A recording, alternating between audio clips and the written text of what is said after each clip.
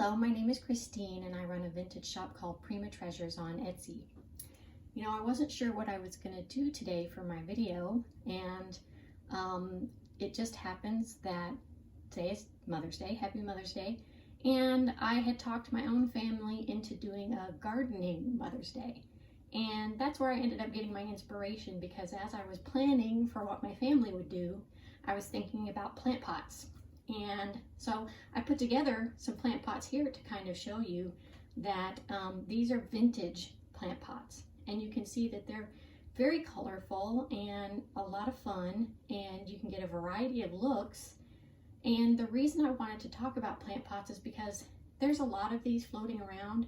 You can pretty much walk into any thrift shop and you're going to see a dozen or more plant pots sitting on a shelf waiting for a new home. And I know a lot of us are tempted to just hop on Amazon and order plant pots from them. And even my own daughter for Christmas asked for plant pots and put a bunch on her Amazon list, and people bought them.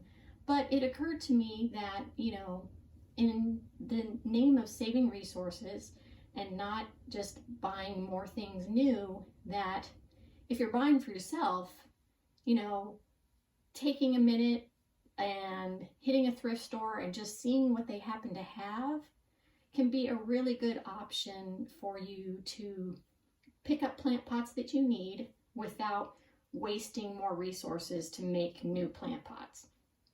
So if you're open to something like that, I think you can not only find some fun stuff. As you can see here, I've got a number of different pots here. They're all basically ceramic, and so this one here is a little gnome riding on a swan.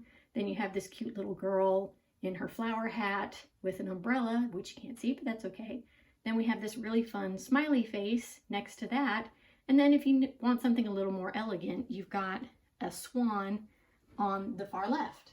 So there's a variety of looks that you can get. Sometimes they'll have plain ones, sometimes not. But, you know, if you look for something a little bit different maybe, or just something that kind of brightens up a corner of your patio and doesn't cost a lot, usually when I go to thrift stores, stuff like this will be priced at $5 or less. So not only can you save resources and avoid having, you know, new products made that get put into a landfill, but you can also save money depending on what kind of plant pot you're looking for. So I hope you'll give that some thought, and I'm going to switch to a different group to show you some other options you might want to consider. Okay, I'm back with my second grouping, and I wanted to throw some alternatives out there for plant pots. If you're not interested in the sort of cutesy ceramic type, every time I go into a thrift store, I see a number of these.